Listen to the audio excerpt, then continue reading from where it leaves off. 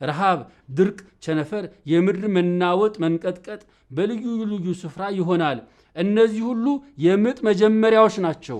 እኔ ነቢይ ነኝ፣ ተገልጾልኛል፣ እንዲህ ይሆናል እያሉ ሐሰተኛ ነቢያት የበዙበት ዘመን ላይ ያለነው። ጊዜያዊ ማረፊያ ምንድን ነው ስንል ለጻድቃን ገነት፣ ለኃጥአን ሲኦል ጊዜያዊ ማረፊያ ናቸው። ሰው እድል ያለው በሕይወተ ሥጋ ሳለ ነው። ለዚህ ነው አባቶች ሲያስተምሩ እድሜ እድል ነው ይላሉ። ዳግም ምጽአት ማለት የሞት ሁሉ የሚነሱበት ዓለም የምታልፍበት ሰማይ ምድር ያልፋል ብሎ ጌታ የተናገረው ይህች ዓለም የምታልፍበት ነገ ንስሐ እገባለሁ፣ በሚቀጥለው ጾም እመለሳለሁ፣ በዚህ ጊዜ እንዲህ አደርጋለሁ እያልን ቀጠሮ የምንሰጥ ሰዎች በምን ሰዓት በምን ሁኔታ እንዴት ባለ ነገር እንደምንጠራ አናውቅም። ተዘጋጅተን እንጠብቅ።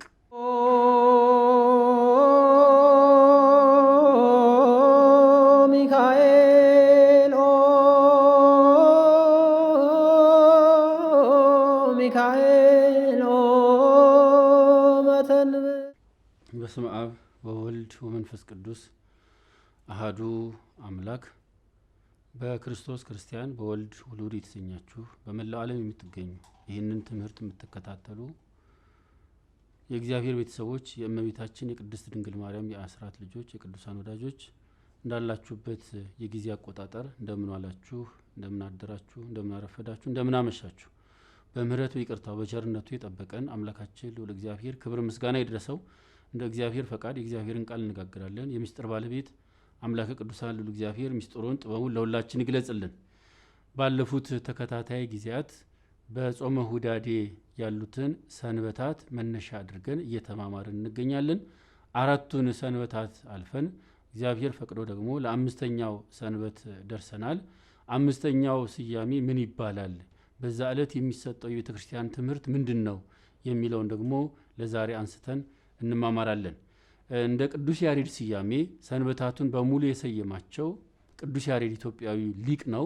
አምስተኛውም ሰንበት ደብረ ዘይት በማለት ሰይሞታል። ደብረ ዘይት ማለት የወይራ ዛፍ ያለበት ተራራ ከፍ ያለ ቦታ ማለት ነው። ከኢየሩሳሌም በስተ ምስራቅ ጥቂት ኪሎ ሜትር ራቅ ብሎ የሚገኝ ተራራማ ስፍራ ነው። በዛ ሰይሞታል ይህንን ሰንበት ማለት ነው። ደብረ ዘይት ተብሎ የተሰየመበት ምክንያት በዚህ ዕለት መድኃኒታችን አምላካችን ኢየሱስ ክርስቶስ ሁለተኛ በግርማ መለኮት በኪበበ ትስብእት በመለኮታዊ ግርማ በሰው መጠን እንደሚመጣ የዓለም ፍጻሜው እንዴት እንደሚሆን ለሐዋርያት በደብረ ዘይት ማስተማሩን እንዲሁም ደግሞ በክብር ያረገውን ጌታ ለሚጠባበቁት ዋጋቸውን ለጻድቃን ሊፈርድላቸው በኃጥአን ደግሞ ሊፈርድባቸው እንደሚመጣ የምድርን ስርዓት ሊሽር ሰማይና ምድርን አሳልፎ ለወዳጆቹ መንግስቱን ሊያወርስ የቅዱሳንን እንባ ከዓይናቸው ሊያብስ ኃጥአንን ሊወቅሳቸው ጻድቃንን ደግሞ የአባቴ ብሩካን ብሎ ሊያከብራቸው በግራው የቆሙትን እናንት ርጉማን ከኔ ዞር በሉ ብሎ ከእርሱ ሊያርቃቸው በቀኙ የቆሙትን ቅዱሳን ደግሞ የአባቴ ብሩካን ዓለም ሲፈጠር የተዘጋጀላችሁን መንግስት ኑ ውረሱ ብሎ ወደ ክብር ሊያሸጋግራቸው የሚመጣ መሆኑን ቤተ ክርስቲያን በመግለጽ ነገረ ምጽአቱን የምታስተምርበት ዕለት ነው። ይህ ዕለት ማለት ነው። በዓመት ቢያንስ 2 ጊዜ ቤተ ክርስቲያን ነገረ ምጽአቱን ትናገራለች። አንደኛው በዚህ በጾመ ሁዳዴ አካፋይ የጾሙ አካፋይ እኩሌታ ላይ አምስተኛው ሰንበት ነገረ ምጽአቱን ትገልጻለች። ሁለተኛው ደግሞ በክረምት በጳጉሜን መጨረሻ ያለው እሁድን መሰረት አድርጋ ቤተክርስቲያን ነገረ ምጽአቱን ታስተምራለች። ክርስቶስ ዳግም ለፍርድ መምጣቱን ዳግም ምጽአትን ትናገራለች። ዳግም ምጽአት ማለት ቀዳማዊ ምጽአት ነበረ ማለት ነው። የመጀመሪያው ምጽአት አምላካችን መድኃኒታችን ኢየሱስ ክርስቶስ በስጋ ማርያም የተገለጠው መገለጥ ሰውን ለማዳን በትህትና በቤተልሔም በግርግም በከብቶች በረት በመወለድ ራሱን ዝቅ በማድረግ የተገለጠውን መገለጥ መምጣት። ይህ መምጣት ሰውን ከዘላለም ሞት ለማዳን ነው። የመጀመሪያ መምጣቱ የሰውን ልጆች ሞት ሞቶ የእርሱ የሆነውን ሕይወት ለመስጠት አዎ ሕግን ስርዓትን ሊሰራልን ምሳሌ ሊሆነን በሞቱ ሞታችን ሊደመስስ ፍቅሩን ሊገልጥልን ከዘላለም ሞት ሊያድነን የመጀመሪያው ምጽአት በዚህ ተገልጧል። ያም በሞቱ ሞታችንን ደምስሶልን በክብር ያረገው ማለት ነው። የመጀመሪያው ምጽአት።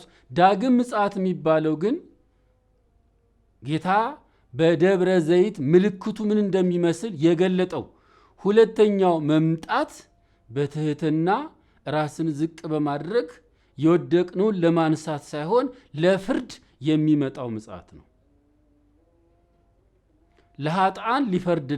በኃጥአን ሊፈርድባቸው ለጻድቃን ደግሞ ሊፈርድላቸው የሚመጣበት፣ በኃጥአን ላይ ሊፈርድባቸው ለጻድቃን ደግሞ ሊፈርድላቸው፣ ሕጉን ስርዓቱን አክብረው ለኖሩት ክብርን ሊሰጣቸው፣ ሕጉን ትእዛዙን ንቀው ሃይማኖትን ችላ ብለው ከአምልኮተ እግዚአብሔር ውጭ የሆኑትን ደግሞ ሊፈርድባቸው የሚመጣው ምጽአት ነው። ሁለተኛው ምጽአት ዳግም ምጽአት የሚባለው ይሄ ነው።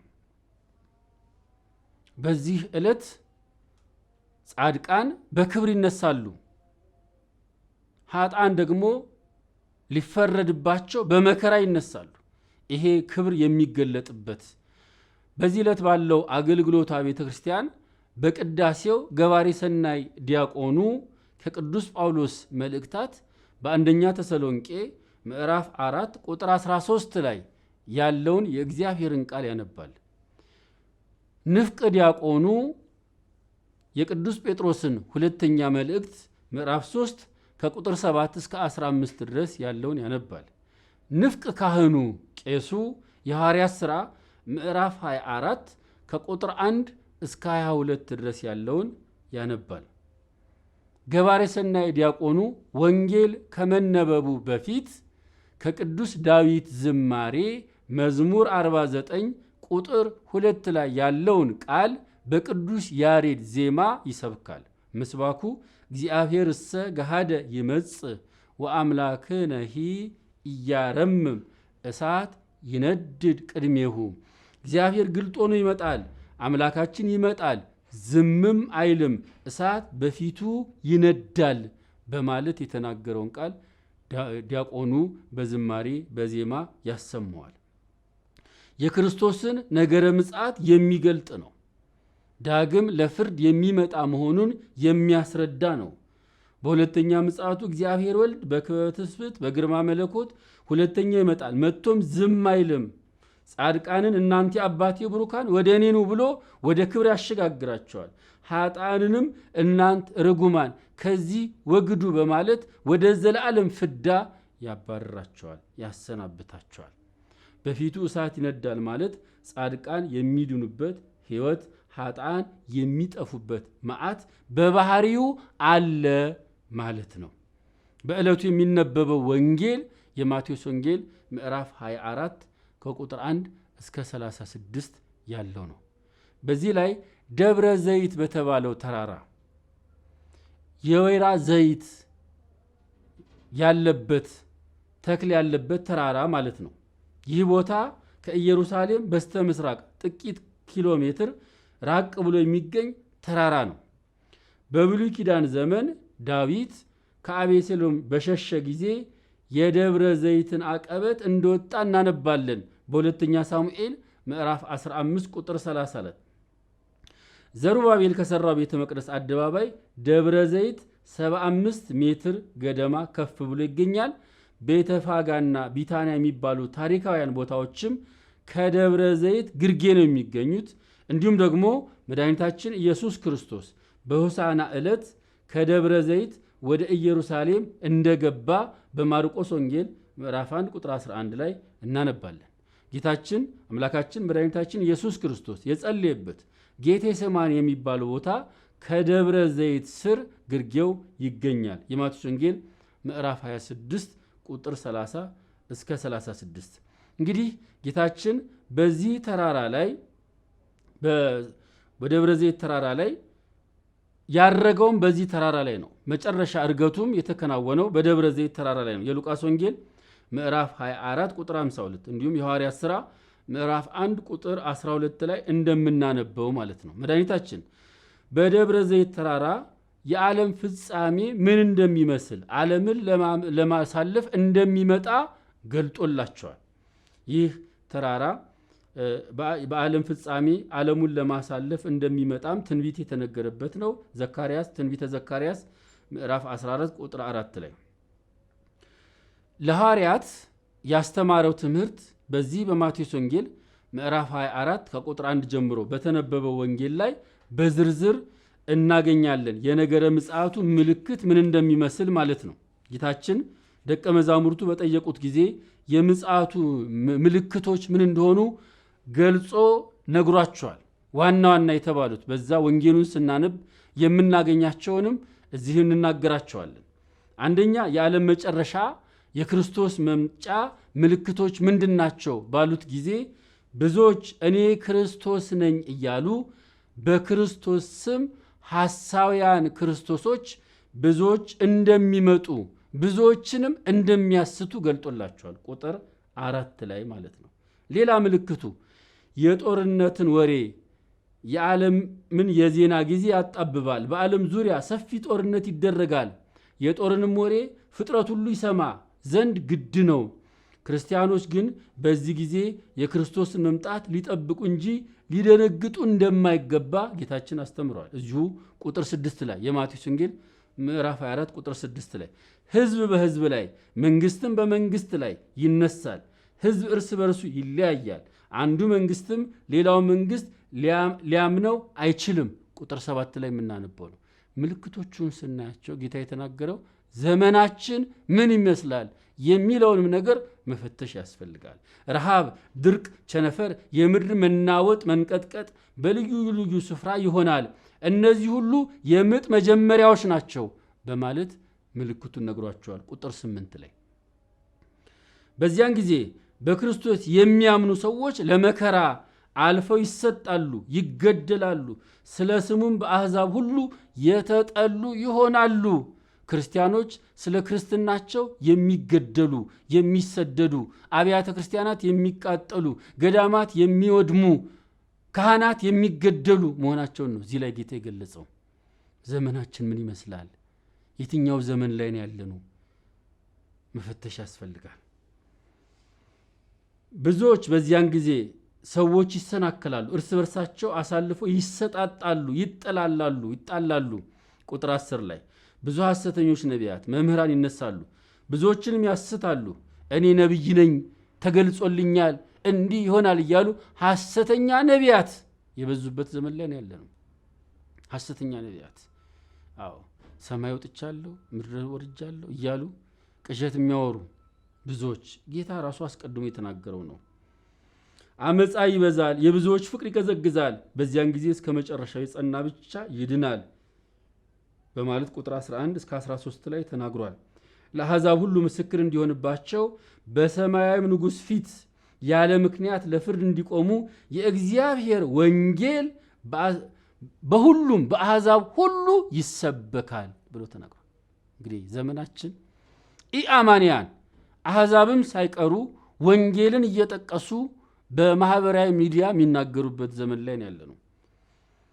ለስሁት ትምህርታቸው በተሳሳተ አመለካከት ትርጓሜ ቢሆንም የሚናገሩት ወንጌልን የማይጠቅሳት የለም። በዘመናችን ያልተጠመቁ በወንጌል የማያምኑም ወንጌልን በሚጠቅሱበት ዘመን ላይ ያለ ነው። ይሄም ምልክቱ ነው በማለት ጌታችን ተናግሯል። ቁጥር 14 ላይ በዚያ ሰዓት በነቢዩ በዳንኤል እንደተባለው የጥፋት ሰው በጽድቅ ስፍራ፣ የርኩሰት ሰው በተቀደሰው ስፍራ ቆሞ ይታያል። ክፉ ስራ፣ ክፉ ተግባር በቅድስናው ስፍራ በቤተ እግዚአብሔር እንደ ዘመናችን ነግሱ ያለበት ዘመን የትኛው ነው? ዘመናችን እኮ ይህን የምናይበት ነው። ክፋት ከዓለም ይልቅ ነግሶ የሚታይበት፣ ዘረኝነት፣ መለያየት፣ መጠፋፋት፣ ፍቅረ ንዋይ፣ ገንዘብን መውደድ በቅድስናው ስፍራ ባለን ሰዎች ልቦና ተተክሎ ጣዖት የሆነብን ዘመን ጌታ አስቀድሞ ተናግሮታል። ምልክት ነው። በዚያን ጊዜ መጨረሻውን እንደቀረበ ተረዱ በማለት ነግሮናል። በዚያ ሰዓት በከተማ ያሉ ወደ ተራራዎች ይሸሻሉ።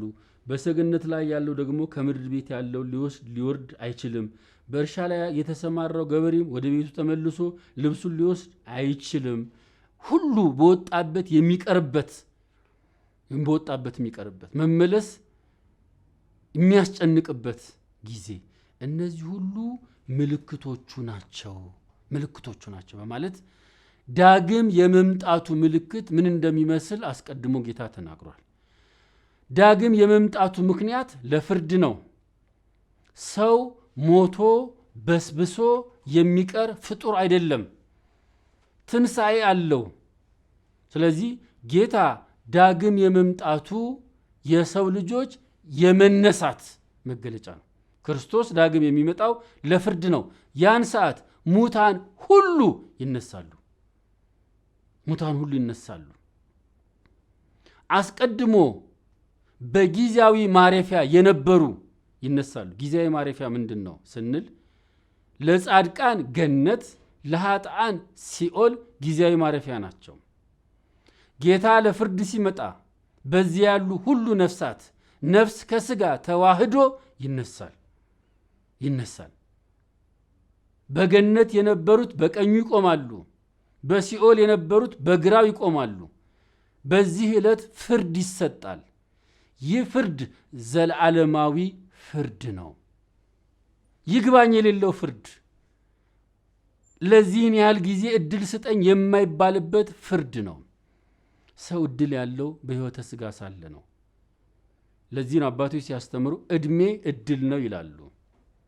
ትናንት አልፎ ዛሬ ሲጨመርልን ዛሬ እድል ሆኖ ተሰጥቶናል።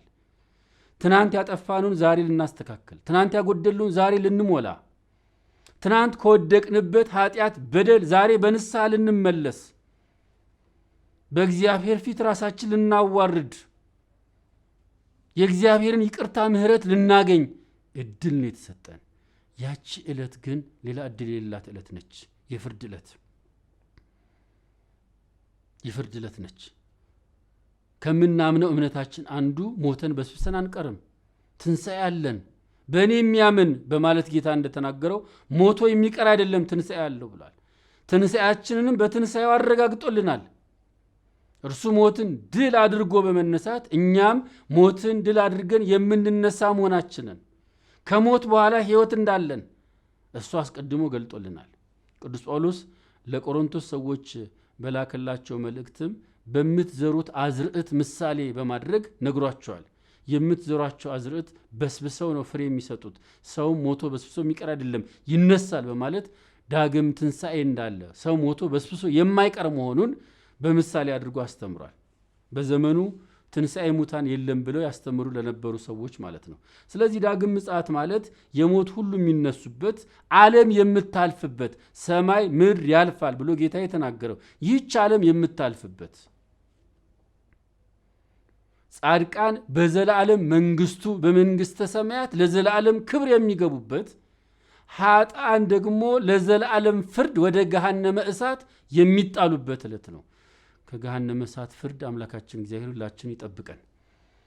መጠመቃችን የእግዚአብሔር ልጆች መባላችን የአባቴ ብሩካን የሚለውን የሕይወት ቃል ለመስማት ነው። ይሄንን የሕይወት ቃል ለመስማት ሃይማኖታችን እናጽና፣ እንደ ሕጉ እንደ ሥርዓቱ እንመላለስ፣ ንስሐ ያልገባን ንስሐ እንግባ፣ ከምስጢራት የቤተ ክርስቲያን የራቅን ቅዱስ ሥጋውን ክቡር ደሙን እንቀበል፣ ወደ እግዚአብሔር እንመለስ። ጌታ ለፍርድ ስለሆነ የሚመጣው የእያንዳንዳችን የፍርድ ዕለታችን ዕለተ ሞታችን ነች። ዳግም ምጽአታችን ፍርዳችን የምናውቅባት ዕለተ ሞታችን ነች። ዕለተ ሞታችን አናውቃትም። ስለዚህ ጌታ ይህንን ምሳሌ ከነገራቸው ምልክቱን ከነገራቸው በኋላ ዕለቷን ሰዓቷን አታውቁትምና ተዘጋጅታችሁ ኑሩ በማለት አስተምሯል። ምልክቱን ከነገራቸው በኋላ ዕለቷን ሰዓቷን እንደውም የነገራቸው ምን በማለት ነው? ያችን ዕለት ሰዓት፣ ስለዚያች ሰዓትና ስለዚያች ዕለት መላእክትም ቢሆኑ ወልድም ቢሆን ከአብ በቀር የሚያውቃት የለም። ስለዚህ ተዘጋጅታችሁ ጠብቁ አላቸው። አንዳንዶች ይህንን ቃል ከአብ በቀር የሚያውቃት ወልድም ቢሆን የሚያውቃት የለም የሚለውን ክርስቶስም እንኳን ሰዓቷን አያውቃትም በማለት የክህደትን ንግግር ይናገራሉ። ለዚህ አጭር ነው መልሱ። አንደኛ የማያውቀውን ዕለት ምልክቱን እንዴት ነገራቸው? ምልክቱን እኮ የነገራቸው ራሱ ክርስቶስ ነው፣ እግዚአብሔር ወልድ ነው። ስለዚህ እርሱ የሚያውቃት መሆኑን በዚህ እናውቃለን። ዕለቷን ሰዓቷን ያውቃታል። ምልክቱን ግልጽልጽ አድርጎ ስለነገራቸው ማለት ነው። ታዲያ ምን ማለት ነው? መላእክትም ቢሆኑ ወልድም ቢሆን አያውቃትም ያለበት ወልድም ቢሆን በማለት የተናገረበት የሚተረጎመው አንደኛ አላዋቂ ስጋን መዋሃዱን ስለ ራሱ አላዋቂ ስጋን ተዋህዶ መኖሩን ይህን ፍጹም ተዋህዶን ሲገልጽላቸው ሲሆን፣ ሁለተኛ ወልድ የተባለው ልጅ የተባለው አዳም ነው። የሰው ልጅ አዳም በሙሉ አያውቃትም። የሰማይ መላእክትም ፍጡራን በሙሉ አያውቃትም። ፈጣሪ እግዚአብሔር በአንድነት በሦስትነት የሚመለክ አብ ወልድ መንፈስ ቅዱስ ብቻ የሚያውቃት ዕለት ሰዓት ነች በማለት ነው የገለጸላቸው። ይህንንም ስንረዳ አዳም መሆኑን የምንረዳበት በሉቃስ ወንጌል ምዕራፍ 3 ቁጥር 38 ላይ የሄኖስ ልጅ የሴት ልጅ የአዳም ልጅ የእግዚአብሔር ልጅ በማለት ይገልጻል። ሴትን የአዳም ልጅ ካለው በኋላ አዳምን ደግሞ የእግዚአብሔር ልጅ ይለዋል። ስለዚህ አዳም የእግዚአብሔር ወልድ የእግዚአብሔር ልጅ በመባል ይገለጻል። ያችን ዕለት አያውቃትም በማለት የተናገረው አዳም የሰው ልጅ አያውቃትም በማለት ሲገልጽለት ነው። ዕለተ ሞታችንን አናውቃትም። ለእኛ የፍርድ ዕለት እሷ ነች። ስለዚህ ድለዋኒክሙ ንበሩ፣ ተዘጋጅታችሁ ጠብቁን የተባሉ ነገ ንስሐ እገባለሁ፣ በሚቀጥለው ጾም እመለሳለሁ፣ በዚህ ጊዜ እንዲህ አደርጋለሁ እያልን ቀጠሮ የምንሰጥ ሰዎች በምን ሰዓት በምን ሁኔታ እንዴት ባለ ነገር እንደምንጠራ አናውቅም። ተዘጋጅተን እንጠብቅ። የተዘጋጀ ሰው እንደ ቅዱስ ጳውሎስ ልሄድ ከክርስቶስ ጋር ልኖር እናፍቃለሁ፣ ይህ ከሁሉ ይልቅ የሚሻለውና ብሎ ይናገራል። ያልተዘጋጀ ግን ሁልጊዜ ሞትን ይፈራል። ሞት ለክርስቲያኖች ከሚያልፈው ወደማያልፈው፣ ከጊዜያዊ ወደ ዘላለማዊው፣ ከምድራዊ ወደ ሰማያዊው፣ ከስጋዊው ወደ መንፈሳዊ ዓለም መሸጋገሪያችን ነው። ይህ እንዲሆንልን ግን አስቀድሞ ተዘጋጅቶ መኖር ያስፈልጋል። አስቀድሞ ተዘጋጅቶ መኖር። ቅዱሳን ሰዎች ከተነሱ በኋላ ከእግዚአብሔር የሚሰጣቸውን ዋጋዎች አይተን ትምህርታችንን እንጠቅልል። ይህ ዋጋ ተቀባዮች እንድንሆን ራሳችን እንድናዘጋጅ ማለት ነው። በቀኙ የሚቆሙት ቅዱሳን የሚሰጣቸውን ዋጋ ቅዱሳት መጽሐፍ ቅዱስ እንዲህ በማለት ይመሰክራል። የልቅሶና የመከራ ዘመን ያበቃላቸዋል። የምስጋና የዝማሬ የእልልታ እንደ መላእክት እያመሰግኑ የሚኖርበት ይሆናል ማለት ነው። በሐዘን የተያዘው የዚህ ዓለም ስርዓት ይሻርላቸዋል። ራእይ ምዕራፍ 7 ቁጥር 15 እንዲሁም ምዕራፍ 1 ቁጥር 4 ላይ የምናነበው ማለት ነው። ሌላው ቅዱሳን የሚያገኙት ክብር የሚሰጣቸው ዋጋ ባለመበስበስ በክብር በኃይል በመንፈሳዊ አካል ተነስተው ሞትን ይዘብቱበታል። አንደኛ ቆሮንቶስ ምዕራፍ 15 ቁጥር 42 ቅዱስ ጳውሎስ ስለ ትንሣኤ ሙታን በምሳሌ ያስተማረው ላይ የገለጸው ማለት ነው። ሌላው የቅዱሳን ክብራቸው የመጣውን ጌታ ለመቀበል ወደ ሰማይ በክብሩ ደመና ይነጠቃሉ።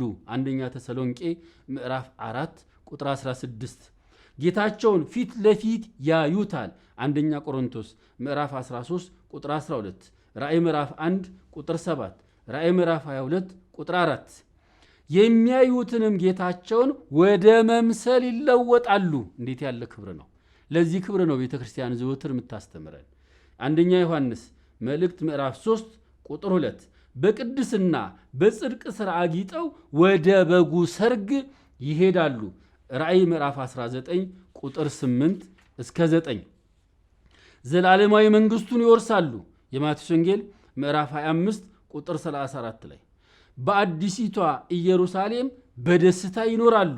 ራእይ ምዕራፍ 21 ቁጥር 2 ሽልማታቸውን ይቀበላሉ። ራእይ ምዕራፍ 22 ቁጥር 12 ትንቢተ ዳንኤል ምዕራፍ 12 ቁጥር 3 ሁለተኛ ጢሞቴዎስ ምዕራፍ 4 ቁጥር 2 በእጅ ያልተሰራ ቤት ውስጥ ይኖራሉ። እግዚአብሔር ለወዳጆቹ ያዘጋጃት ቤት።